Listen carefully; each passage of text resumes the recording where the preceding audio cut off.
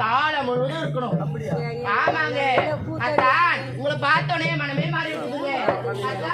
வானத்துக்கு நிலவு சொந்தம், கடலுக்கு நதிகள் சொந்தம், மலருக்கு கூந்தல் சொந்தங்க. எப்பவுமே எனக்கு சொந்தங்க. எப்படி தெரியுமா?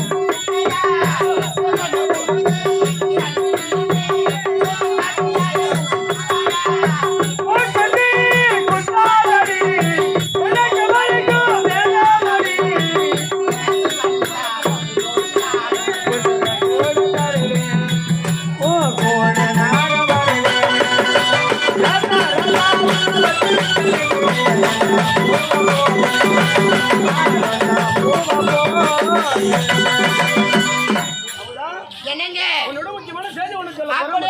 சீக்கிரமா சொல்லுங்க. ராணுவத்திற்கு செல்ல போகின்றேன். ராணுவத்துக்கு போக போறீங்களா? என்ன தன்னை தனிமையை விட்டு நீங்க போக போறீங்களா? வேணாங்க. எனக்கு என்ன பிறந்தவள்ளி, உனக்கு என்ன பிறந்தவன்? நான் அப்படி இருக்கும் பொழுது எனக்காக ராணுவத்திற்கு சென்று தாலியோட மாலையோட வருகின்றேன். காத்துக் கொண்டு அப்படியே சீக்கிரமா போயிட்டு வாங்க.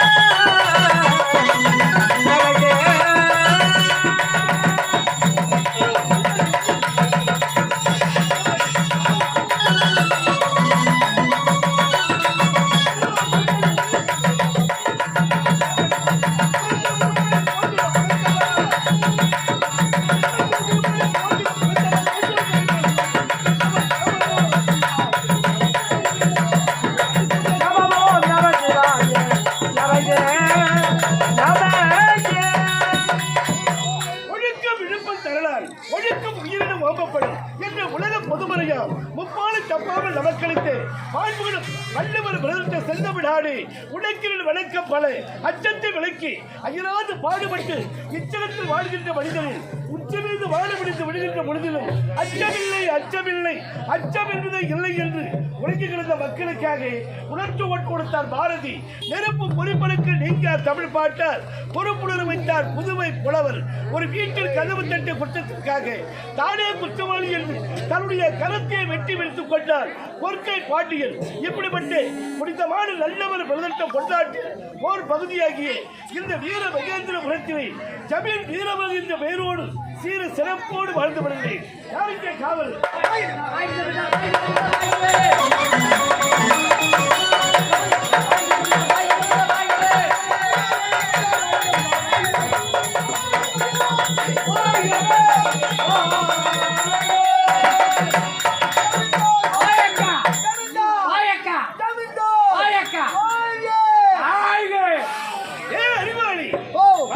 சுறுசுறுப்பாக வர வேண்டிய நீங்கள் வரும்போது பல குறைஞ்சு போச்சடா. ஏங்க மூச்சு இதுவரையும் உங்களை பார்த்து வாழ்க வாழ்கன்னு சொல்றோம். மூச்சு நின்று போதா மூச்சு மூச்சு ஜமீன்தார் வாழ்க வாழ்க என்று வாயால வாழ்த்துவேன். சரிங்க. ஆமா எனக்கு கொண்டு வந்த மலர் மாளிகை நீங்களே மாற்றி மாற்றி அடித்து விடுவீங்க. நீங்க வந்து 18 பட்டிக்கு ஜமீன்தார் அடிக்கிறீங்க. உனக்கு யாரா எதிரியா இருந்து எங்களுக்கு தெரியாம இந்த மாலையில பாம்பு வச்சு அது தெரியாம இந்த மாலை நாங்க உடுக்கு போட்டு மாலையில இருக்கிற பாம்பு வச்சு ரெண்டா கீழ்ச்சி போட்டோம். போயிட்டாங்க. நான் இருந்து விட்டால் என்ன செய்வது? நீங்க போயிட்டா அந்த ஜமீன் கோட்டை யாரு கட்டி காப்பாத்துறது என்னை காப்பாற்றுவதற்காக தன்னையை அர்ப்பணித்துக் கொண்டிருக்கின்றார். உயர்ந்த உள்ளத்திற்கு நன்றி. இனிமேல் இந்த மலர் மாலை உங்களுக்கே பொருத்தமானது. அறிவாளி எனக்கு முன்னதாக வந்து காவலில் ஜாக்கிரதை இருக்க வேண்டியவர்கள் என்று எதற்காக இவ்வளவு கால தாமதமாக வந்தீர்கள்? லேட் ஆகி போச்சுங்க. எதற்கு கால தாமதம்? அதாங்க லேட் ஆகி போச்சுங்க. வெளியில வந்தாங்க ஒரு வஞ்சி அவருக்கு எனக்கு காதல் மிஞ்சி நாங்க புறப்பட்டங்க செஞ்சு அங்க வித்தது வெள்ளரி பிஞ்சி அதுல வாங்கினாங்க ஒரு அஞ்சி அத வாங்கி சாப்பிட்ட உடனே வீங்கி கொடுப்பாங்க. குணமான நெஞ்சிங்க குணமான நெஞ்சி கால தாமதம் என்று கேட்டால் வழியில் நடந்த கதை நீ சொல்றேன். உனக்கு என்ன கால தாமதம்? ஆமா உனக்கு முன்ன யாரு வரணும்? எனக்கு முன்னதான் காவல்கார பசங்க நீங்க தானே வாங்கடி.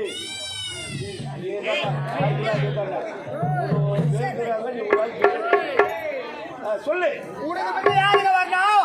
காவல்கார நீங்க தானே வரணும். அப்ப நீயா வந்த? கேள்வியா அதுதான் படுபாவி. எங்க போயிட்டு வர? ஐயா நான் உங்களை பாக்கலான்னு வந்தேன். சரி உங்களை பாக்கலான்னு வரும்போது என் குடும்பத்துல ஒரே தகராதுங்க. குடும்பத்துல தகராது? ஆமா. என்னடா பிரச்சனை? எங்க நாங்க ஆம்பளைங்க தமிழ்தான் கூட வீட்டுல இருக்கிற பொண்டாட்டிக்கு சும்மா இல்ல. நீங்க சரியா இருந்தா அவங்க சரியா தான் இருப்பாங்க. என்ன செய்தார்கள்? ஆம்பளைங்க வேலைக்கு போற கூட பொண்டாட்டிக்கு சும்மா தானே. என்ன நடந்தது? எந்த நேரம் பார்த்தாலும் என் பொண்டாட்டி என் கண்ணு பொண்டாட்டி ஒன்னாடு ஒன்னு அடிச்சுக்கின்னு புடிச்சுக்கின்னு கச்சிக்கின்னு அடிக்கிறாங்க முடிக்கிறாங்க. அது என்ன கடிக்கிறாங்க சொல்றேன்? முடியறவங்க அடிக்கிறாங்க முடியாதவங்க கடிக்கிறாங்க. இவ்வளவு நடந்து போச்சா? நாங்க என்ன பண்றது? சண்டை போட்டாங்களா அந்த கோவத்துல என் கண்ணு பொண்டாட்டி போய் என் பொண்டாட்டி புடிச்சு கச்சி புடிச்சு பெரிய பிரச்சனை. பெரிய தகராறு ஆகி போச்சு. என் அண்ணன் என்ன பண்ணா வேலைக்கு போய் வீட்டுக்கு வந்துக்கிறோம்.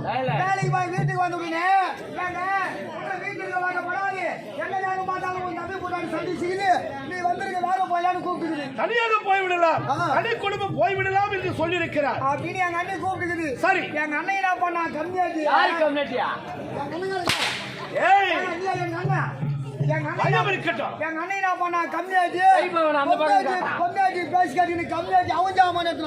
என்னடா சாமானம் சீர்வாசி கொடுத்தாங்கல்ல அண்டா குண்டா அடிச்ச ஜாமான விட்டு போவோம்.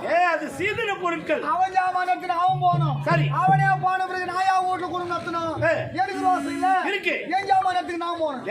சீதன பொருட்கள் அவன் ஜாமானத்துக்கு அவன் போனோம். என் ஜாமானத்துக்கு நான் போனோம். குடும்பம் வேற வேற பிரிஞ்சு போச்சு. ஒற்றுமையாக இருந்த குடும்பம் மனைவியால தனித்தனியா பிரிஞ்சு போச்சு. குடும்பமே ரெண்டா பிரிஞ்சு போச்சுங்க. சரி. இருக்கிறது ஒரு ஏக்கரா நிலம் இருக்குது, ஒரு பசுமாடு, ஒரு புலி மரம் இருக்குது. சரி, இது அம்மா நூற்றாண்டு எப்படி என்ன செய்தீர்கள்? எங்க அண்ணன் என்ன பண்ணா, ஊரு தலைவர் பார்த்து பஞ்சாயத்து பண்ணோம். அட படுபாவி, பஞ்சாயத்துல பஞ்சாயத்து பண்ணோம். தலைவர் நல்ல தீர்ப்பு சொல்லியிருப்பாரு. தலைவர் என்ன கூப்பிட்டாரு. டேய் தம்பி ஒன்ன நேரம் பாகம் பாக்கணும்னா நீடா சொன்னாரு. சரி, பாகம் பக்கத்து குத்துற தலைவர் என்ன நல்லது. தலைவர் நான் சொன்னாரு, நீ சின்னவனா இருக்கிற, கீழ் பாகம் எடுத்துக்கோ, மேல் பாகம் ஒண்ணு எடுத்துக்கிட்டோம், போகடா பத்திர சொன்னான்ட்டாரு. சபா சரியான பாக பிரிவினை. பெரியவனுக்கு மேல் பாகம், சிறியவனுக்கு கீழ் பாகம். ஆமா, எங்க அண்ணனுக்கு மேல் பாகம், எனக்கு கீழ் பாகம். ஏய், கிழக்கு மேற்கு வடக்கு தெற்கு அந்த பாகம். பாகம் பாகம் 6 மணி நேரம் ஆகுதுங்க. சரி, பார்த்தா புலி மரத்துல கலை சமக்க முடியாம தொங்குது. எங்க அண்ணன் என்ன பண்ணா, புலி மரத்தை பார்த்துட்டான். சும்மாக்குறானா, ஏறி புலி மரத்தை உழுக்குன்னு உழுக்குறோம். என்ன டேய், புளிய மரம் அவன் பாகத்தில் இருந்திருக்கும், அவனுக்கு சேர விடிந்தாச்சு, அவன் கடமை அவன் செய்திருப்பா. அவன் கடமை அவன் ஏறா, என் கடமை நான் செய்ய மாட்டோம். நீ என்ன செய்த? எங்க அண்ணன் ஏறி உழுக்குன்னு